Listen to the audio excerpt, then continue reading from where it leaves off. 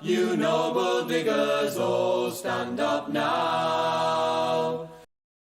Hello my friends, and welcome to my channel. Today we were going to do another Bash the Liberal Trash Day.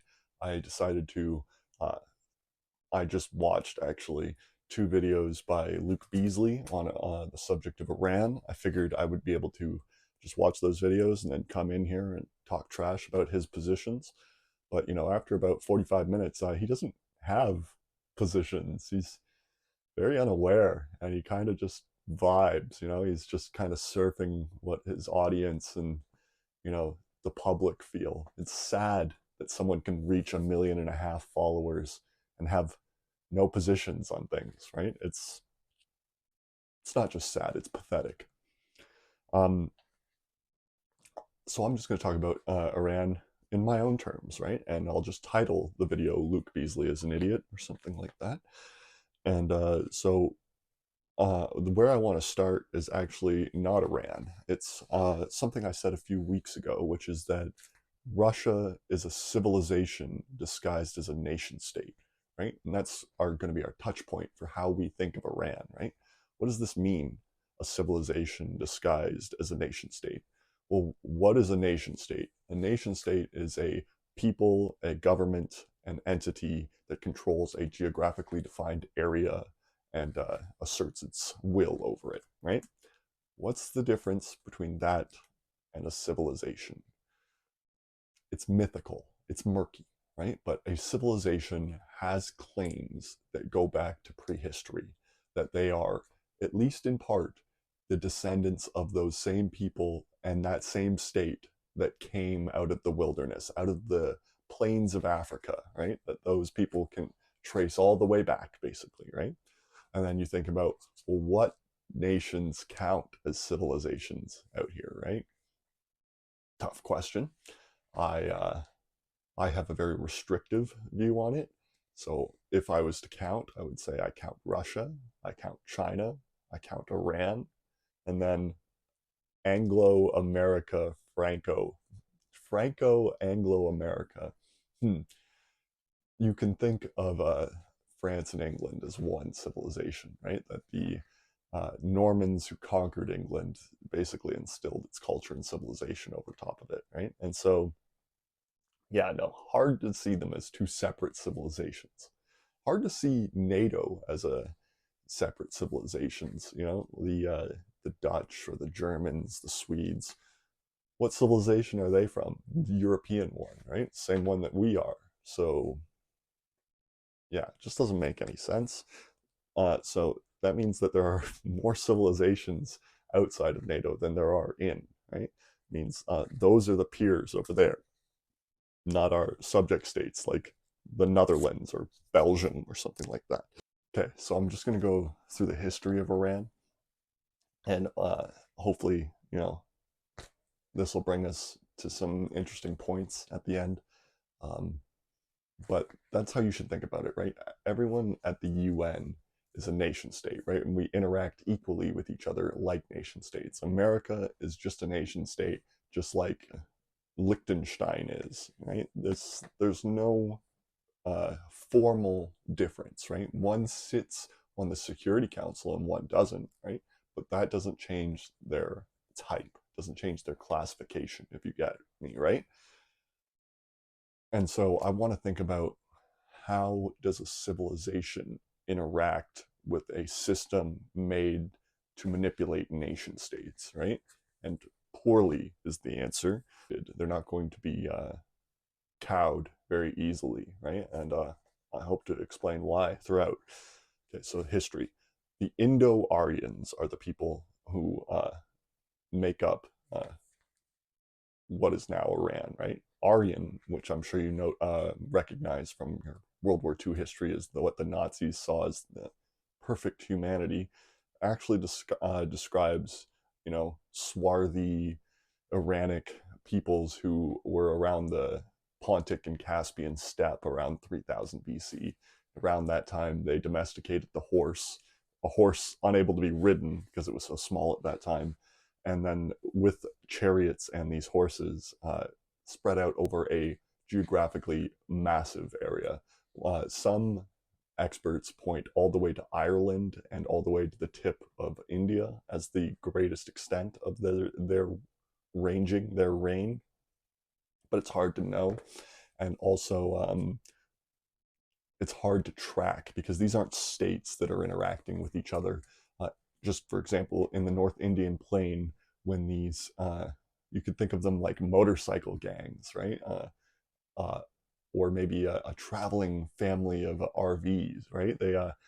They show up, they're patriarchal, they're male dominated, and they can all show up with all their men in one spot, basically at will across the northern plain of India, right?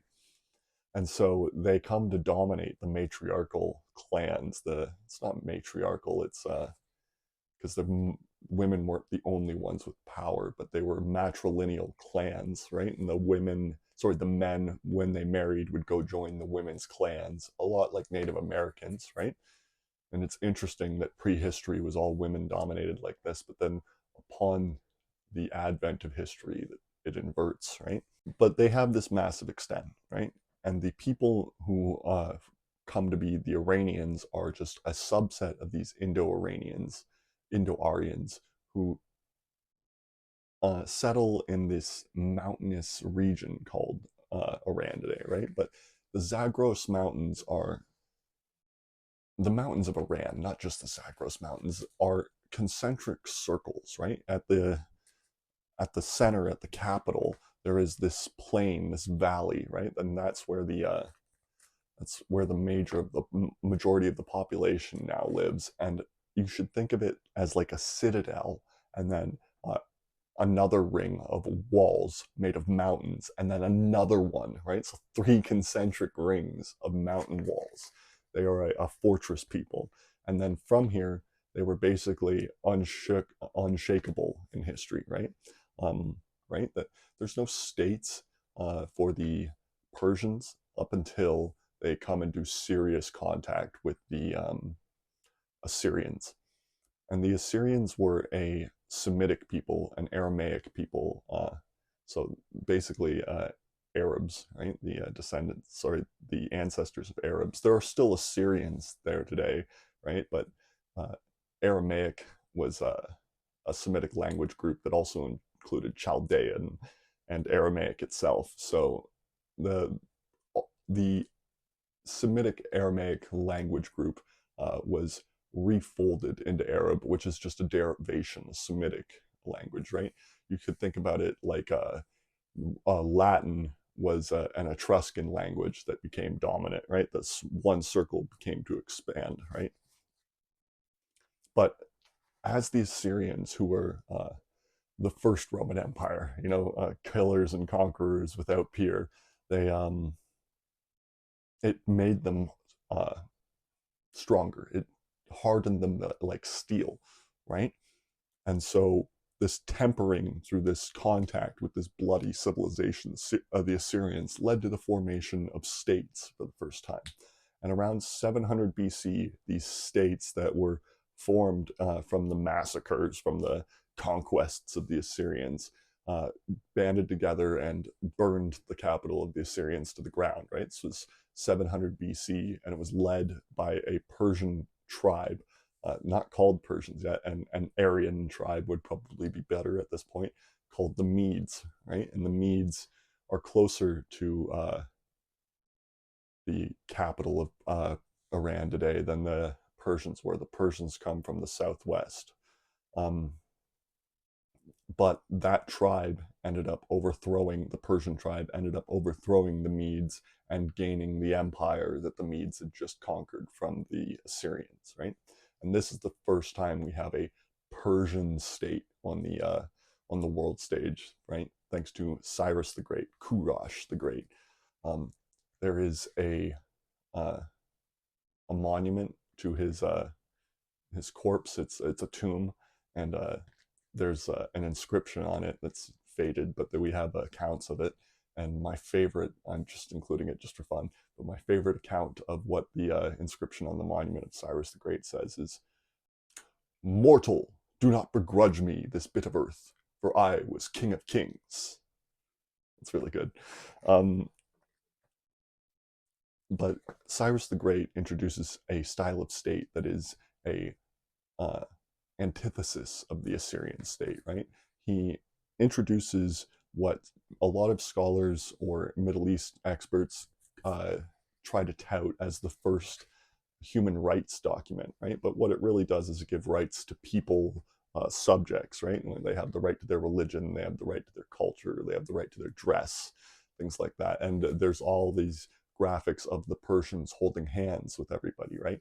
But this is just, again, an antithesis to the thesis that was the Assyrians. The Assyrians conquered, butchered, and enslaved, and the Persians tried to reach out with their hands. But ever since then, that has been the Persian way, right? There is no barbarity really within their empires. There's never a conquering instinct like that, right?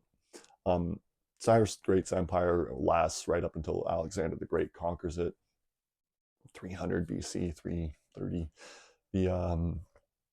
The point is, from 330 to 0 BC, the Persian heartland, actually it's less than that because the Parthians take over the Persian heartland in like 160 BC. So for like 150 years, the Persians disappear for a bit, right? They are conquered. They are subject to the Greeks, right? Just as they had subjected the Chaldeans and the Assyrians before them, right? But when a Persian clan, an Iranian clan from the northeast, uh, rises up and conquers the Persian heartland back from the Greek successor kingdom, right, called the Seleucids at that time. They uh,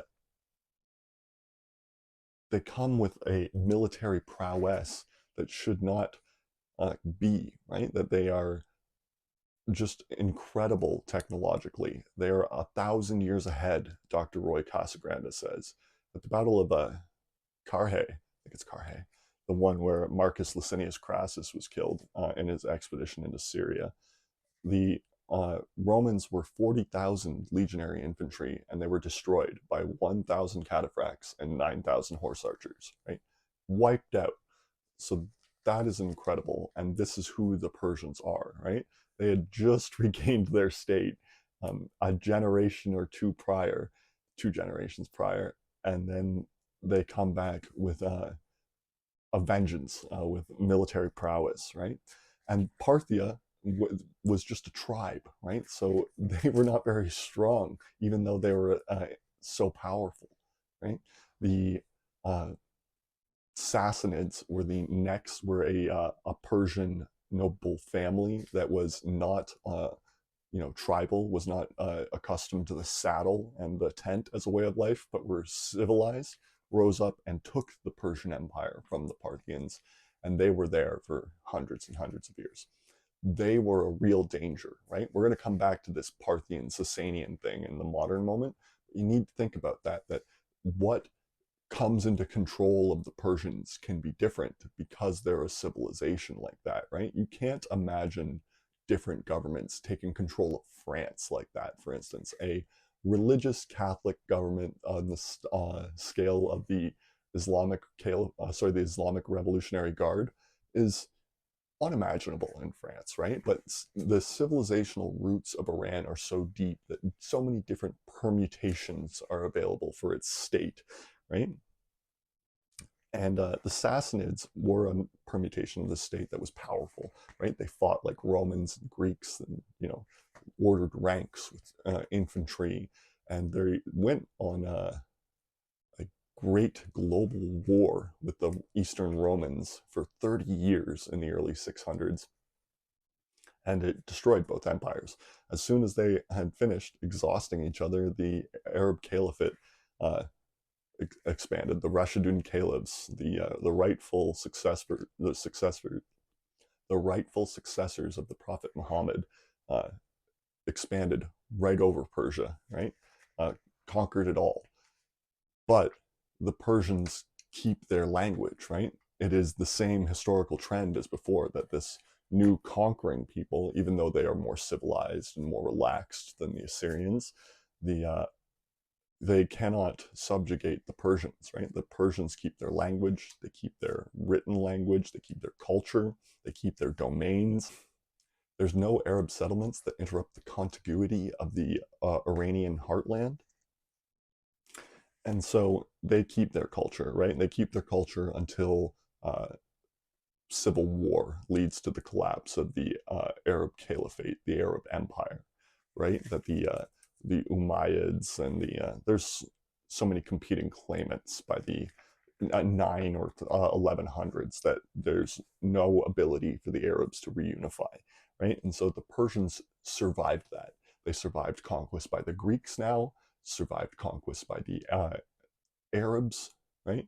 And first had beaten off the Assyrians. This is a storied people we're talking about, right? And uh, the rulers who beat off the Arabs were Turkic, and then there was Mongolic leadership, and then back to Turkic, and basically there's just weird kings involved up until the Anglos show up in the late 1800s, right? And the Anglos are looking for oil. They can see that oil is the future, and they know that there was oil in the area at the time from historical documents. And so they set up a deal with the rulers of Iran at that time, who were, you know, like the Turkic and Mongolic kings, you know, barbarians, not very interested in governance, and they get like 70% of the oil out of Iran, right? Um, so they're extracting the oil out of Iran. And then during World War II, the British and the Soviets invade Iran. It's called the Joint Invasion of Iran in 1941. Again, conquered, right? So this is the fourth time the Mongols, the Arabs, the Greeks, this is a lot. This is a people who have been through a lot, right? And they're still there. They're still standing, and they tried to kick out the Anglos post World War II and failed, right? The Anglos managed to install the Shah. The Shah was just a constitutional monarch for a number of years until a man named Mossadegh was elected. He's prime minister, and he was a socialist. Mossadegh was a threat to the CIA's plans for international hegemony, and so he was overthrown, right? And the Shah was installed as like a more dictatorial ruler, a king with more power, and that's never a good system for governance. The British love the constitutional monarchy because they know power corrupts, right? And power is not fit for men, and that putting uh, formal power in the hands of a nobody is a good system. Um, but this Shah, obviously, because he's corrupted by power, is torturing people, and it leads to revolution, right? In 79, the Islamic revolution rises up. The socialists were crushed, the left was crushed, and so obviously the right wing extremists were the ones who are going to benefit from that, right? And now this leads us to back to this conversation of the Sasanians versus the Parthians, right? What are we trying to accomplish with Iran, right? Iran was our best friend in the 50s through the 70s. We gave them F-14 Tomcats. Do you know what an F-14 Tomcat is? It's the Top Gun plane, right? It's the best plane we had at that time. We gave them to the Iranians. They were a little America. They wore dresses and cowboy hats. They were us, and we pushed them too hard. We stuck our fingers in their face too fast, too much, and now they're completely post-traumatic stress ridden. Right? They are completely controlled by that stress, and their government is a manifestation of that. Right, this religious right, right, this very conservative reactionary government. But even in that conservative reactionary government, their civilization shows more humanism than we do. The nuclear proliferation, for instance, the fatwa against nuclear weapons that the Ayatollah put in I think 2003, is incredible, right? For a leader, a head of state, to say we don't want nuclear weapons, they offered to go to the UN and have the entire leadership sign in their own blood a condemnation of nuclear weapons and a complete refusal to ever arm themselves with it, right?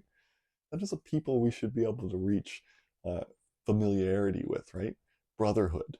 Um, they have their own resources, they have their own space, they need nothing from us, right? They want to trade with us, they want to make their people more prosperous, they want to help explore the stars with us, right? And we keep pushing them. And if we keep pushing them, what will happen, right? The government of Iran right now is it's weak, you know what I mean? The Ayatollah is 80 and a religious figure. He hasn't studied, science or military matters, mechanics, right? AI. He can't know. He can't lead. And their doctor moderate, forgive me, but that's their prime minister president figure. I think it's president. Um, he's weak. He's a liberal, right? He was put there because he's a weak liberal, and he lost this war recently for them. Uh, they were winning against Iran, and then they decided to, sorry, they were winning against Israel, and then they decided to give up for no reason, right? And so uh, actually, just before I move on, we also continue to push our fingers in their eyes in other ways, right? Not just this strike on them, which was totally internationally illegal and beyond the pale, right? But the Israelis blew up their embassy in Damascus. Donald Trump assassinated Qasem Soleimani, who was like a hero that we only could wish that we had on our side. I wish you could go read the history of Soleimani, right? That he fought in the Iraq-Iran war, right? This is like someone who came out of the trenches of World War One and then goes on to lead the special forces of World War Two. A real hero, right? That's who he was to them. And we continue to stick our finger in their civilizational eye. What if they reform? What if somebody on the inside who's in the Iranian Revolutionary Guard, who's 35 or 40 and is pissed, he's angry, and he's got 145 IQ, and he decides, let's flip the script a little. Iran could be a serious threat if they devoted themselves to becoming it, right? If they dropped their ideological, I don't want to call them pretensions, but like um, hang-ups almost, right? Uh, they'd get a nuke, they'd get a nuke really quickly, and then they'd be protected. And then they could start thinking about expanding into Iraq, which is just a plain in front of them. The tanks roll down out of those mountains. There'll be no stopping them, right? They want to level Israel. They could do it, right? And so my point to this whole bit is not only is Iran a better people than us, right? But that we keep pushing our fingers in their eye, we keep picking on them, and they will become an actual threat. We will make a threat out of someone that we bully right now, which makes no sense, right? Hello, you've made it to the end of the video. Thank you. This channel has one mission: to prevent civilizational collapse associated with climate change, to prevent 100 million refugees by 2035, to stop 7 billion from starving to death by 2075. And we will do this through one main vehicle. We mean to unite the Anglosphere. We will do this by convincing the Commonwealth of His Majesty King Charles III to apply for statehood as one. And then with this new power, we will be able to negotiate in good faith with the rest of the world on how to tackle this crisis. Thank you and enjoy.